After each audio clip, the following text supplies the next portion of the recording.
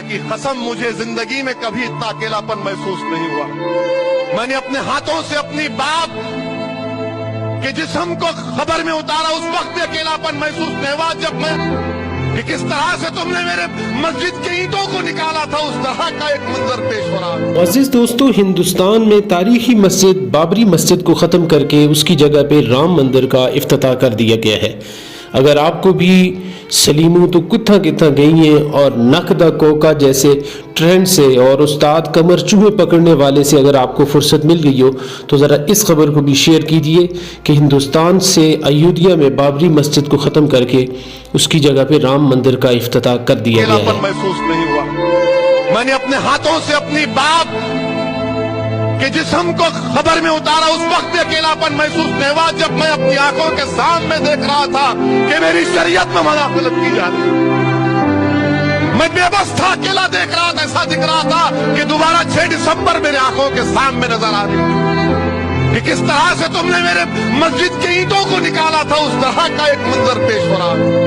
22 जनवरी 2024 ये कैलेंडर पर लिखी तारीख नहीं, ये एक नए काल चक्र का उद्गम है। मुअज़्ज़िज़ दोस्तों, आपको ये सुन के हैरानगी होगी कि मुसलमानों की बनाई हुई मस्जिद बाबरी मस्जिद को, जो कि बादशाह मोहम्मद ज़हीरुद्दीन बाबर की यादगार थी, उसकी जगह पे राम मंदिर का इफ्तिताह कर दिया गया है। और ये परेशानी की बात मुसलमानों के लिए, दुनिया भर के मुसलमानों के लिए इसलिए भी है कि ये गली मोहल्ले की कोई आम मस्जिद नहीं है, बल्कि ये मुग़ल सल्तनत के पहले बादशाह की यादगार है। 1528 में सूबा आंध्र प्रदेश के अंदर सरकारी ख़जाने से बनाई गई ये मस्जिद 350 साल तक मुसलमानों के नज़्म व इंतज़ाम के बेहतरीन तरीके के साथ ये मौजूद रही। 1855 में जब अंग्रेज़ हिंदुस्तान पर काबिज़ हो रहे थे और उनके ख़िलाफ़ मुस्लिम हिंदू मुत्तहिद हो रहे थे, तब अंग्रेज़ों ने एक बुद्धिस्ट नजूमी के ज़रिए कहानी गढ़वाई कि शरीरी रामचंद्र जी की जन्म स्थान यानी जाए पैदाइश और उनका जो बावर्ची खाना है वो बाबरी मस्जिद के इहाते में है। इसलिए हिंदुओं ने इस मकाम पर पूजा करना चाहा और इस जगह को मुक़द्दस समझकर यहाँ से इख्तलाफात शुरू हुए जो आज तक जारी हैं। 90 की दहाई और सन 2000 के बाद के चंद सालों को पाकिस्तान में जिहाद कश्मीर का उरूज का ज़माना था, जब तमाम तंजीमों और उलमा ने इस मसले को अपने तहीं उजागर किया। यही वो ज़माना था कि जिस ज़माने के अंदर मौलाना मसूद अज़हर की एक तकरीर जिसका उन्वान बाबरी मस्जिद था बहुत आम हुई। इस तकरीर को इतनी मकबूलियत मिली कि हिंदू पाक के साथ साथ मकबूजा में भी इसे खासा सुना गया। वहाँ से कैसेटें बरामद हुई, जलसों में, मस्जिदों के स्पीकरों में, गाड़ी के लगे हुए टेपों में भी यही मौजू सुनाई देता रहा। वक्त ने अंगड़ाई ली और आहिस्ता आहिस्ता से बाबरी मस्जिद का ये कज़िया दबता चला गया। खित्ते का ये अहम मसला अयोध्या का एक मकामी मसला बनकर रह गया। इस दौरान में भारत की एक सियासी कट्टर मजहबी सियासी तंजीम BJP नामी, उन्होंने ज़माम इक़्तिदार संभाली। इस तंजीम की सियासी इक़्तिदार नरेंद्र मोदी के हाथों में थी। मोदी, जिसे गुजरात का कसाई भी कहा जाता है, और मकामी मुसलमानों का कहना है कि गुजरात के मुस्लिम कश फसादात भी इनकी ज़ेर सरपरस्ती में होते रहे। बाबरी मस्जिद हमेशा से ही इस तंजीम की सियासत का मरकज़ी नुक्ता बनी रही। इसी बुनियाद पर भारतीय सियासत में भी इस तंजीम को न सिर्फ लोगों की तवज्जो मिली बल्कि इंतखाबात के अंदर कामयाबी भी मिली। हुकूमत मिलने के बाद तवक्कुआत के बरक्स इसकी देखते ही देखते जड़ें मजबूत होती चली गई और यूँ इस दहशतगर्द तंजीम ने एक जानिब गरीबों के मसाइल और इनके इश्यूज़ पर सियासत की तो दूसरी जानिब पे हिंदू मुस्लिम फसादात को और उनके ऊपर बात करते हुए अपनी सियासत को चमकाने की कोशिश की। बाबरी मस्जिद भी इस कज़िया का एक हिस्सा है जिसके ज़रिए मुसलमानों को खौफज़दा करने, डराने, धमकाने, उनसे उनकी शनाख्त छीनने और कमज़ोर बताने की कोशिश की गई।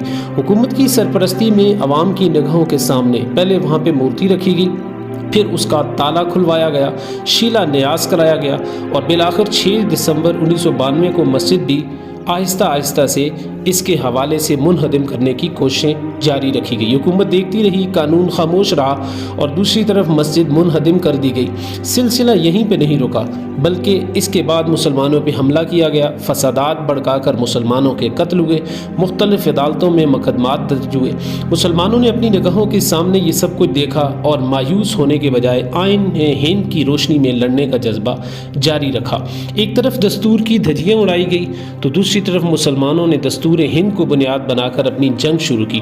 مختلف عدالتوں میں مقدمات درج ہوئے۔ الہ آباد ہائی کورٹ نے 2011 میں ایک پنچایتی فیصلہ بھی سنایا جس میں زمین کا ایک ٹکڑا مسلمانوں کو دیا گیا اور دوسرا ٹکڑا ہندو فریق کو۔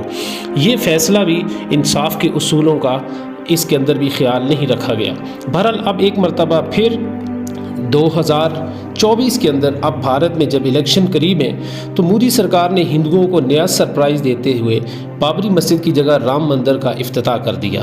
اس افتتاحی تقریب سے خطاب کرتے ہوئے مودی نے یہ بھی کہا ہے کہ یہ رام مندر یہ ایک ہندوستان میں نئے دور کا آغاز ہے۔ بھارتی سپریم کورٹ کے فیصلے کے خلاف بھی مودی نے اس نئے دور میں وہ داخل ہونا چاہتا ہے جہاں پہ سیکولر بھارت کے ہندوؤں کا مستقبل تو شاید روشن ہوگا لیکن مسلمانوں کے یہی حالات رہے تو آئے روز نئی بابری مسجدیں ان مسلمانوں سے چھینتی چلی جائیں گی۔ اب مسلمانوں کو کھڑا ہونا پڑے گا اور مسلمانوں کو اٹھنا پڑے گا۔ تمام عالم اسلام کو اس کے خلاف اپنی آواز اٹھانی پڑے گی ورنہ اسلام کے خلاف یہ اس جیسی تنظیمیں اپنا کردار ادا کرتی رہیں گی۔ اس ضمن کے اندر مسلمانوں کو کیا کردار ادا کرنا چاہیے، ہمیں بحیثیت قوم بحیثیت مسلمان اس ضمن کے اندر کیا کرنا چاہیے، بھارت کے مسلمانوں کا کردار کیا ہونا چاہیے تاکہ ہم اسلام کے خلاف متحد ہو سکیں اور اسلام کے دامن کے اندر ہم ایک ہو کر جتنی بھی یہ ظالم طاقتیں ہیں ان کا مقابلہ کر سکیں۔ آپ اس ضمن کے اندر کیا کہتے ہیں، اپنی رائے کا اظہار کمنٹ سیکشن کے اندر ضرور کیجیے گا اور اگر یہ ویڈیو اچھی لگے تو اس آواز کو ضرور شیئر کیجیے گا تاکہ دوسرے مسلمانوں کو بھی اس کا علم ہو سکے۔ السلام علیکم ورحمۃ اللہ وبرکاتہ۔